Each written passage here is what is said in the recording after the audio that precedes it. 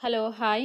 ఇది చూసినట్లయితే వేదవతిను, రామరాజు అయితే ఇద్దరు మాట్లాడుకుంటూ ఉంటారు. అప్పుడే అక్కడ సడెన్‌గా అయితే రామరాజు వాళ్ళ బామ్మ అయితే వచ్చేసి, బావ మన వెనకింట్లో 10 మంది దొంగలు పడ్డారట. ఇంట్లో ఉన్న బంగారం అన్ని డబ్బులన్నీ వెతికెళ్తున్నారట. అవునారా?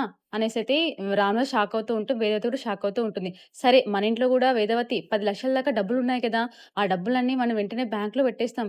అయ్యో! ఏంటండి డబ్బులొకటేనా? మన ఇంట్లో చాలా బంగారం గూడా ఉంది కదా! అవునమ్మా అవును కదా! సరే నీ బంగారం, పిల్లల బంగారం అంతే కాకుండా అది శ్రీవల్లి వాళ్ళ అమ్మ వాళ్ళు కూడా శ్రీవల్లికి చాలా బంగారం పెట్టారు కదా! ఆ బంగారం గూడా అంతా తీసుకొచ్చేసేయి. అరేయ్ బామ్మర్ది ఇవన్నీ తీసుకెళ్ళేసి ఇంక మనం బ్యాంక్‌లో పెట్టేసేయాలి అనేసైతే ఇద్దరు మాట్లాడుకుంటూ ఉంటారు. ఇంకా అప్పుడు అటువైపు నుంచెళ్ళి శ్రీవల్లి అనేసైతే పిలుస్తా ఉంటుంది వేదవతి. ఏంటత్తయ్య గారు మీ అమ్మగారు గూడా నీకు చాలా బోలెడంత బంగారం పెట్టారు గదా! ఆ బంగారం అంతా తీసి పక్కన పెట్టు.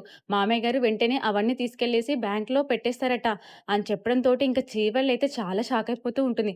అమ్మో! ఈ బంగారం గొడవంతా నాకు మొదటికే మోసం వచ్చేలాగా ఉందే అనేసైతే గోల్డంతా ఓపెన్ చేస్తూ చూసుకుంటా, "ఎంత పని చేశావమ్మా! అన్ని అబద్దాలాడి నా పెళ్లి చేసావు. ఇప్పుడు చూడు ఈ బంగారంతోటే నా మొదటికి మోసం వచ్చేలా ఉందే. నా బండారం అంతా బయట పడ్డట్టే ఉందే" అనేసైతే చాలా అటు ఇటు ఆలోచిస్తూ ఉంటుంది. ఇంకా చూద్దామండి రేపటి ఎపిసోడ్‌లో మన శ్రీవల్లి ఆ నగలు ఇస్తుందా? లేదా? అనే విషయాన్ని రేపటి ఎపిసోడ్ చూద్దామండి. ఇదే ఈరోజు ప్రోమో. మీకు గనుక నా వీడియో నచ్చితే ప్లీజ్ లైక్, షేర్, కామెంట్ చేయండి.